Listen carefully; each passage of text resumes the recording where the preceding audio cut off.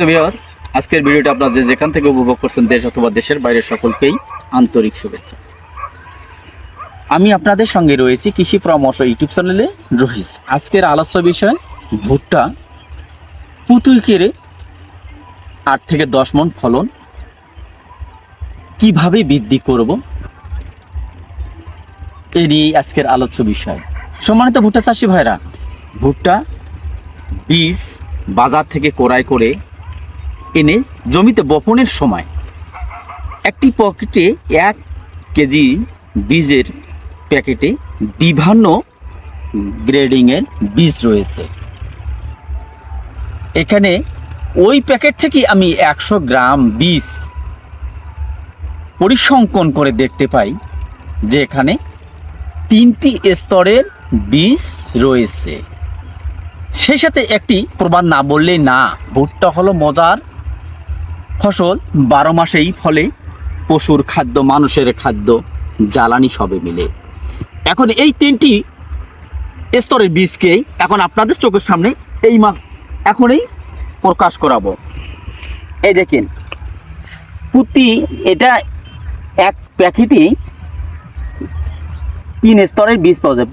3 স্তরের বীজের মধ্যে এই বীজটি রয়েছে 560টি, এই 2 নম্বর বীজটি রয়েছে 2160টি, আর এইটাও রয়েছে 1175টি।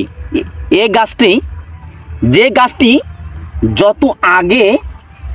যত আগে অঙ্কুরিত হবে, এটা কিন্তু তত বেশি খাদ্য গ্রহণ করবে। এই গাছটা যত আগে অঙ্কুরিত হয়েছে, এ কিন্তু বেশি খাদ্য গ্রহণ করবে। এর চেয়ে যদি 1 ঘন্টা অথবা 2 ঘন্টা পরে অঙ্কুরিত হয়, এর চেয়ে কিছু খাদ্য কম গ্রহণ করবে। এখন এই গাছটি যদি 8 থেকে 10 ঘন্টা পরে অঙ্কুরিত হয়, তাহলে এর চেয়ে 10 পরিমাণ খাদ্য কম গ্রহণ করবে। তাই এখন কিন্তু এরা সমানভাবে একই খরচে সমানভাবে বৃদ্ধি ঘটাতে পারবে না। তখনই এই দুইটাতে ভালো ফলন আসবে, কিন্তু এটাতে আসবে না। আমি আপনাদের যেটা বলতে চেয়েছি, বীজ, একটি বীজ অনেক স্বপ্ন, সে বীজটি হতে হবে সম আকৃতির। এই সম আকৃতির বীজ হলে আপনাদের এই প্রতিটি লাইন থেকে বা প্রতিটি গাছ থেকে 250 থেকে 300 গ্রামের দানা পাবেন। কিন্তু এই গাছটা থেকে আপনার গাছ হয়েছে, কিন্তু এই গাছটা থেকে আপনি কখনো মোসা পাবেন না বা ফলন আসবে না। তাই আপনার আগে করে গাছ থাকে 36,000। তাই আমরা এই পরিসংখ্যান করে দেখছি 30% জমিতে আপনার 1175টি গাছে আপনার ফল আসবে না। যদি আপনার 2 কেজি 500 গ্রামে এই 30% জমি বপন শেষ হয়, আর যদি 3 কেজি লাগে, তাহলে আপনার 1880টি গাছে আপনার ফল পাবো না।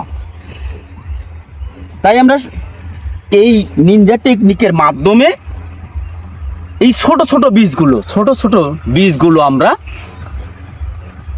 বর্জন করি বা বাছাই করি বা ছাঁটাই করি। এই ছোট ধরনের বীজটি বা 3 নম্বর স্তরের বীজটি আমরা বেছে রাখবো। আমরা 10 কেজি বীজ পেয়েছি, একটা প্যাকেট থেকে 150 গ্রাম বা 200 গ্রাম বা 200 গ্রাম বাইর হয়েছে, আমরা যেখান থেকে বীজ ক্রয় করছি, আমরা সেখানে এই বীজগুলোর পরিবর্তে আবার বীজ ক্রয় করে নিয়ে আসবো। এখানে একটি কথা না বললেই না, এই বিভিন্ন মিক্সড এই বীজ ইম্পোর্টাররা কি না দেখে ইম্পোর্ট করেছে। যদি ওনারা না দেখে ইম্পোর্ট করে থাকে, আমরা কখনো না দেখে বীজ বপন করব না। আমরা যে হারে ব্যয় বাড়ছে, সে হারে আয় করতে হবে।